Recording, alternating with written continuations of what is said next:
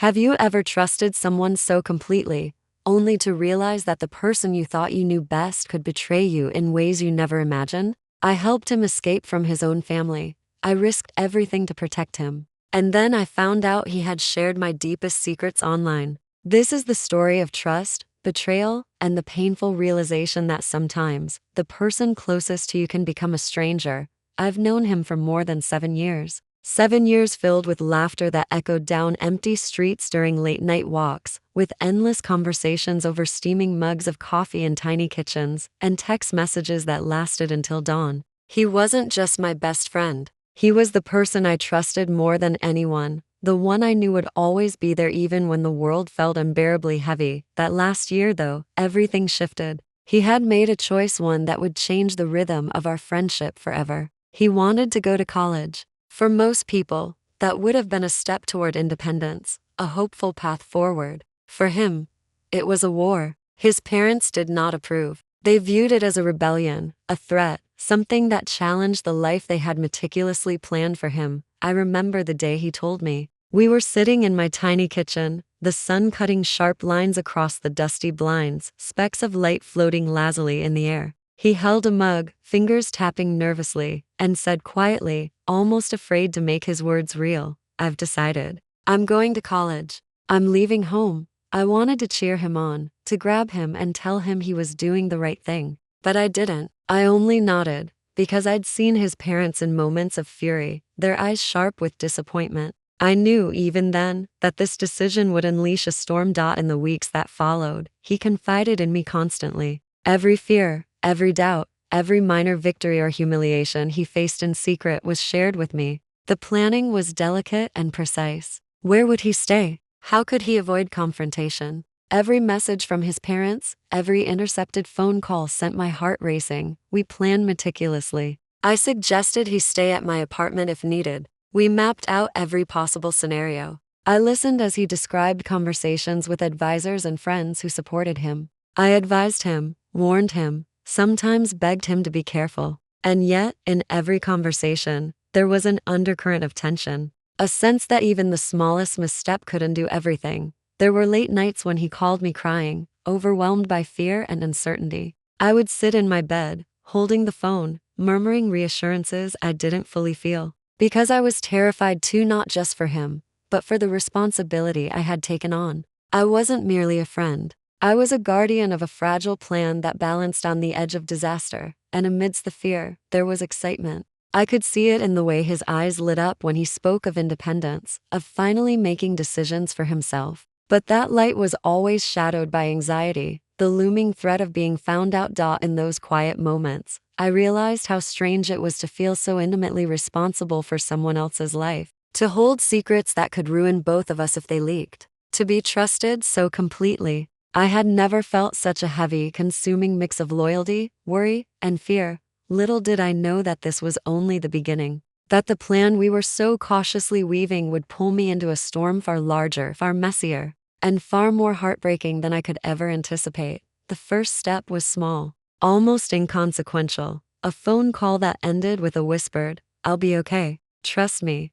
But nothing about this situation was small. Every decision carried weight. Every person involved could tip the scales toward disaster. He started using a friend, another girl, as a cover. At first, it seemed harmless. But soon, I realized how carefully he manipulated details, constructing a story that was half truth, half lie, to ensure he could move without interference. I helped him rehearse what to say, how to act naturally, how to avoid suspicion. Each day, the tension in my chest tightened a little more. His parents' disapproval was relentless. Calls in the middle of the night, unexpected visits, messages dripping with disappointment. I became his buffer. I explained, calmed, lied when necessary, all to shield him. Every time I gave him advice, I felt the weight of it, the possibility that a single misstep could ruin everything. At home, I found myself pacing my tiny apartment, imagining the scenarios. What if his parents found out? What if something went wrong? Could I protect him?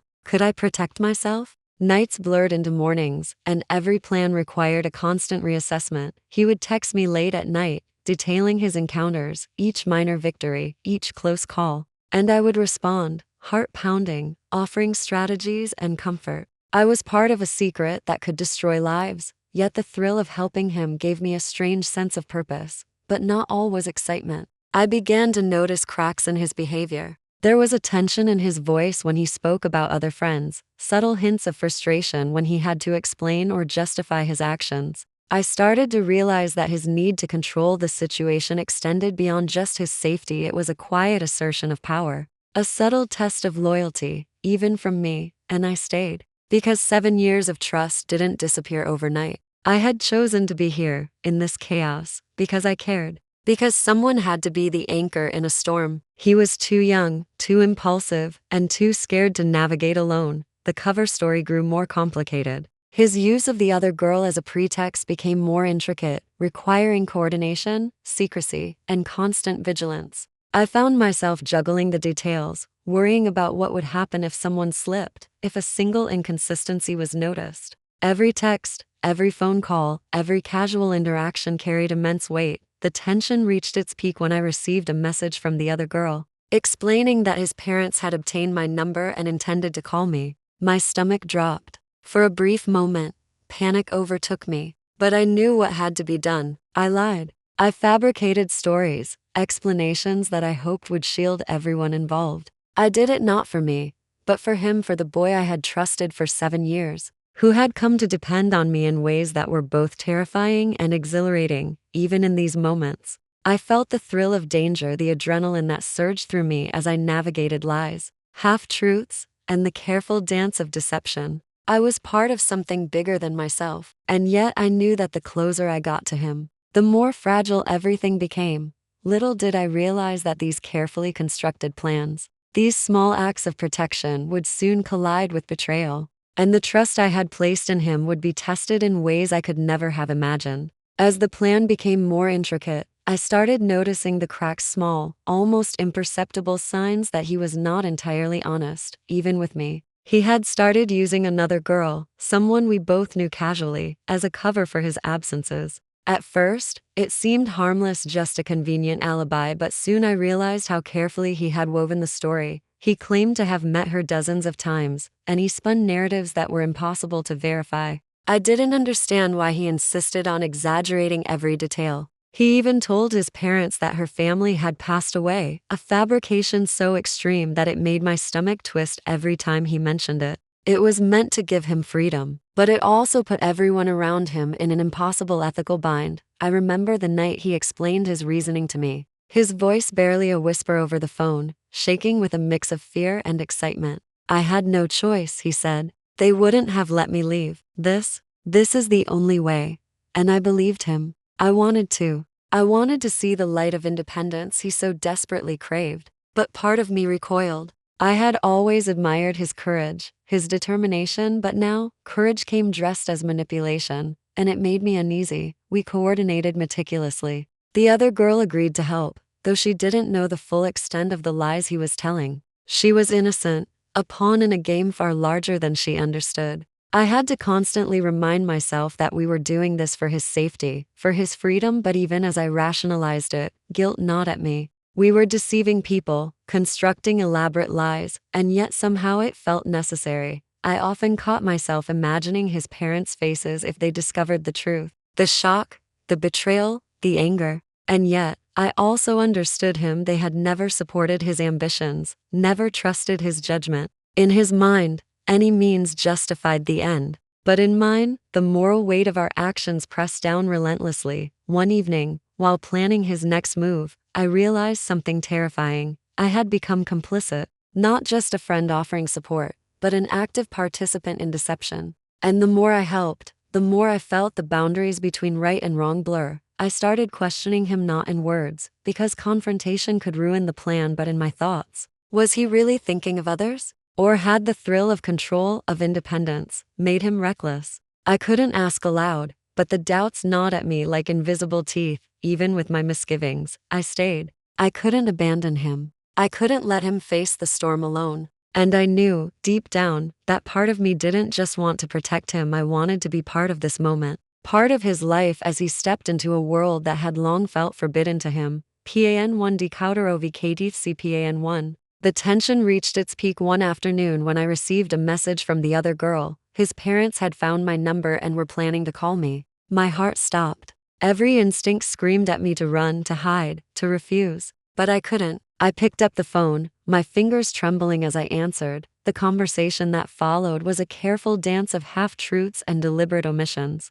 I lied to protect him. I fabricated stories that, if exposed, could have ended everything. Every word was a gamble, every pause a potential disaster. And through it all, I felt a strange mixture of adrenaline, fear, and exhilaration, the same cocktail that had defined the past months. When the storm passed, he returned. His parents had, surprisingly, accepted his decision. But the man who came back was not entirely the same. He began to distance himself. Social media interactions were limited. Messages were brief or absent. I felt the subtle but undeniable shift. The boy who had trusted me with everything was now keeping secrets from me, creating a distance I couldn't cross. The sense of betrayal was almost physical. I had helped him, risked myself, managed the logistics, shielded him from the consequences, and now he was pulling away. But alongside the hurt, there was understanding. He had been under immense pressure, and perhaps the withdrawal was his way of processing, of surviving. Even so, the emotional residue remained.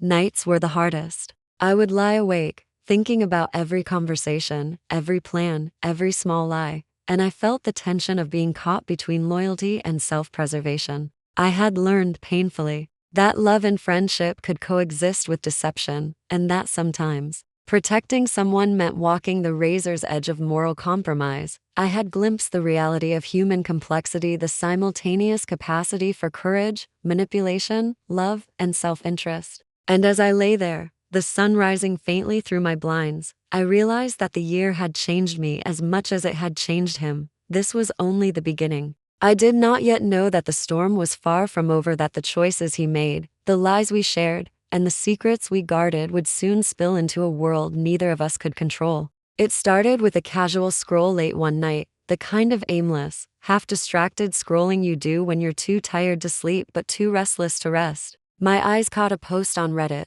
something oddly familiar. I clicked and my stomach dropped. There he was, my best friend, the person I had trusted more than anyone. He was writing about me, about us, about me, about my life. My private thoughts, my feelings, the things I had shared with him in confidence, laid bare for strangers to read. He had written about my financial situation, the struggles I'd fought to keep private, the moments of insecurity I'd only ever voiced to him. He had written about how I had supported him, protected him, covered for him. And somehow, he made it sound like I had been foolish, naive, even weak. I stared at the screen, frozen. I couldn't believe what I was seeing. How could he do this? After everything, after the nights I had stayed up pacing, worried, planning, lying to protect him. This was how he repaid me. The post was long, detailed, almost obsessive. He wrote about moments we had shared, about feelings he claimed to have had for me.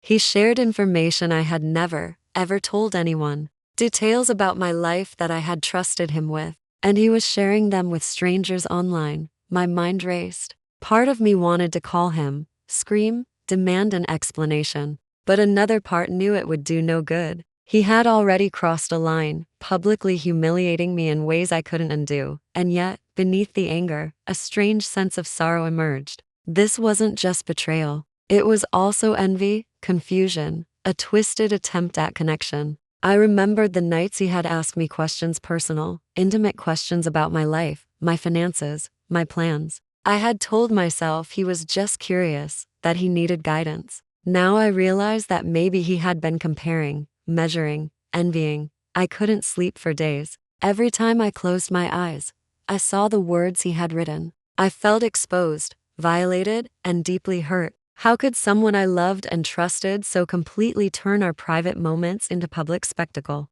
I went over every interaction we had ever had, replayed every conversation, every laugh, every plan. Had I missed something? Was there a warning I had ignored? My mind spun in circles, searching for explanations, for some clue that would make this make sense. I talked to my friends, carefully, not revealing too much, because I was embarrassed. The shame was heavy, like a weight pressing on my chest. How could he betray me like this? 7 years of friendship, trust, and loyalty, and now it felt like none of it mattered. And yet, there was a part of me that understood. I remembered the tension in him, the way he had envied my independence, the subtle resentment when I managed to navigate life on my own while he struggled under his parents' control. It didn't excuse him, but it explained something: his fear, his jealousy, the compulsion to write these things online.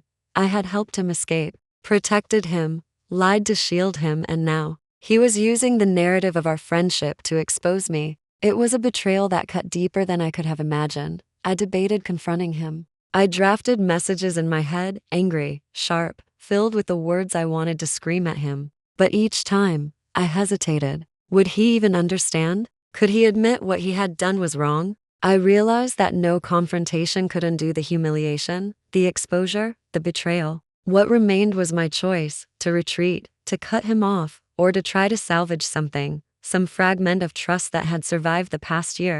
I chose the first step: boundaries. I told myself I would no longer share private thoughts with him. I would protect myself, and I would demand respect online, offline, in every way. Even as I made that decision, there was grief. Grief for the person I had believed him to be, for the innocence of our friendship, for the nights spent planning, lying, protecting him. All of it felt tainted now. Weeks passed. He noticed the distance. He reached out tentatively, carefully, but I was wary. Every message felt loaded, every attempt at connection suspect. I could sense his awareness, his guilt, perhaps, or maybe just the frustration of losing control. I realized something important. I couldn't change him. I couldn't make him see the harm he had done, but I could protect myself. I could decide how much of him to allow in my life. I could define my own boundaries, and in that realization, I felt a quiet strength. Betrayal had wounded me, but it had also taught me something invaluable. Trust is precious, but it must be earned continuously. Loyalty cannot be assumed. And sometimes survival means walking away, even from the people you love most. By the end of the chapter, I was determined. I would no longer allow myself to be a pawn in his drama, to be exposed, manipulated, or hurt. I would reclaim my life, my privacy, and my peace. And though the shadow of what he had done lingered, I knew I had the power to move forward, to protect myself, and to heal. I didn't sleep that night. Or maybe I did, in fragments, half awake, haunted by the words he had written online. Every sentence, every revelation, every exposure of my private life felt like a hammer striking my chest. I couldn't believe it. I still couldn't. I had spent years protecting him, hiding truths from others, covering for him, lying to shield him from consequences. And now, he had not only betrayed that trust, but made me feel small, insignificant, exposed. It was as if all the intimacy, all the loyalty, had been for nothing. I went over every memory we had shared, every laugh, every secret, every moment when I had thought we were building a bond that would last a lifetime. Was any of it real? Or had it all been just a rehearsal for the narrative he would later post online? The pain wasn't just about humiliation, it was about loss. The loss of trust, the loss of connection, the loss of certainty that the person you relied on would never intentionally hurt you. In the days that followed, my mind was a whirlwind. I replayed conversations, texts, even the silences we shared. I asked myself over and over, what did I miss? Where did I go wrong? Did I misread him all these years? I remembered how he had envied me, the subtle jealousy that had crept into our conversations. I had left home and become independent, navigating life with a confidence he had not yet attained. Could it be that his betrayal was fueled not just by recklessness or malice, but by fear, envy, and insecurity? I tried to rationalize it,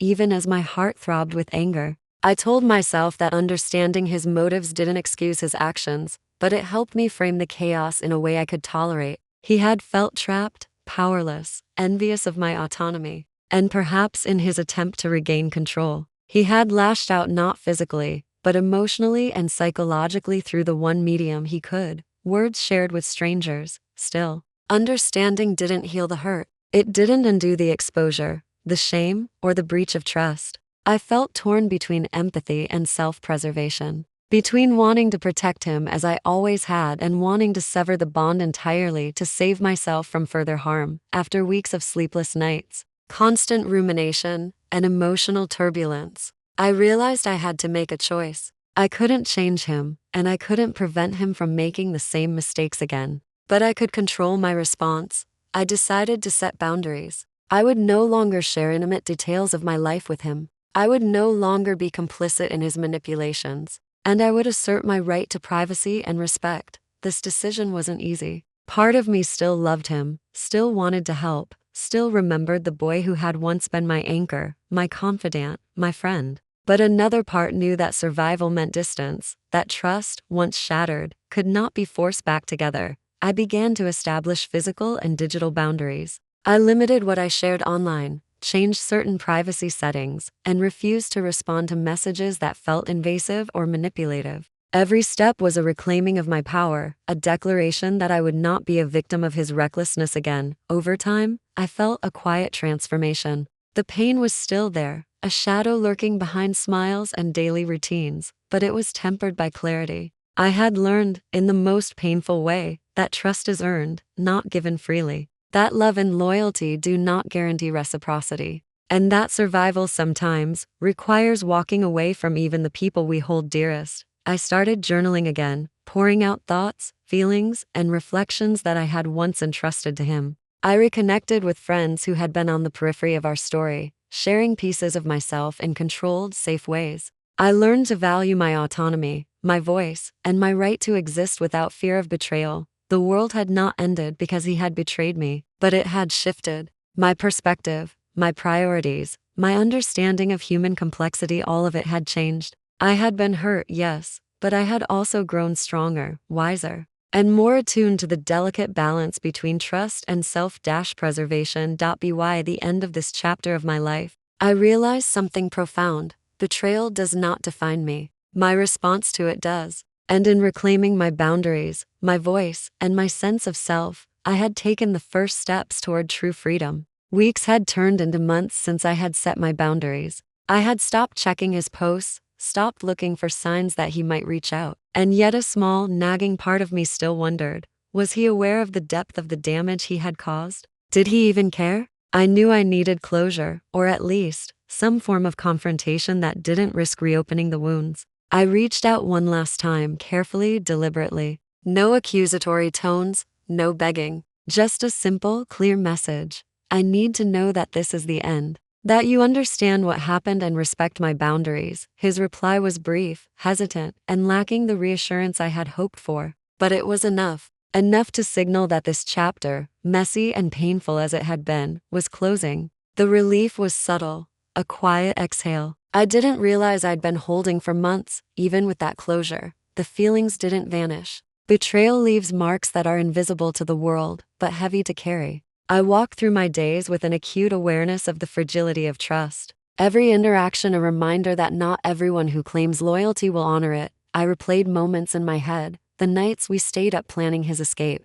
the texts I had sent in fear and hope, the careful lies I had told to protect him and others. Each memory was tinged with a bittersweet mix of pride and pain. I had acted with courage, with care, but the outcome had reminded me that even the best intentions can be weaponized against you. I found solace in small routines, morning coffee by the window, the smell of rain on pavement, long walks where I could let my thoughts wander. I began journaling again, this time not to process someone else's actions, but to reclaim my own voice. Each word I wrote was a stitch in the fabric of self-respect I was repairing. Through this ordeal, I learned profound truths about human nature and about myself. I realized that trust is fragile, easily broken, and cannot be assumed. Loyalty must be recognized, nurtured, and reciprocated. And perhaps most importantly, survival and self-respect sometimes require walking away from those we love most. I also understood that betrayal often speaks more about the betrayer than the betrayed.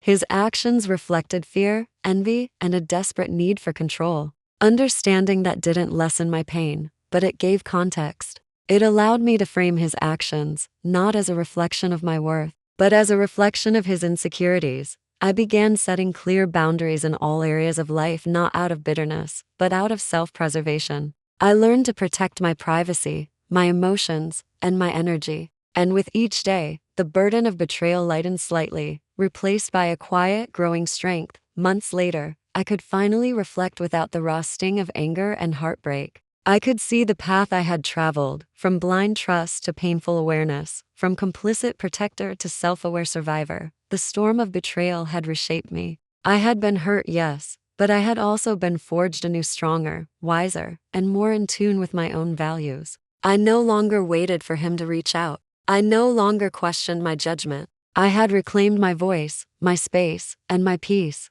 and though the future with him remained uncertain, I felt something powerful: freedom. Freedom to live without fear of manipulation. Freedom to trust cautiously, love deliberately, and protect fiercely. Freedom to exist fully as myself, unshackled by the shadows of the past. The story didn't end neatly, life rarely does, but it ended with a sense of resolution. An understanding that my worth was never tied to someone else's actions, and that the most important bond was the one I nurtured with myself. Looking back, I realized that life doesn't hand out neat resolutions or fair outcomes. People will hurt you, betray you, and sometimes even the ones you trust most will become the source of your deepest pain. But what I've learned is that betrayal, while excruciating, is not the end of the story. It is the beginning of awareness, growth, and self-discovery. I have learned that trust is sacred, and loyalty must be mutual. It cannot be demanded or assumed. And most importantly, I have learned that protecting yourself is not selfish, it is essential.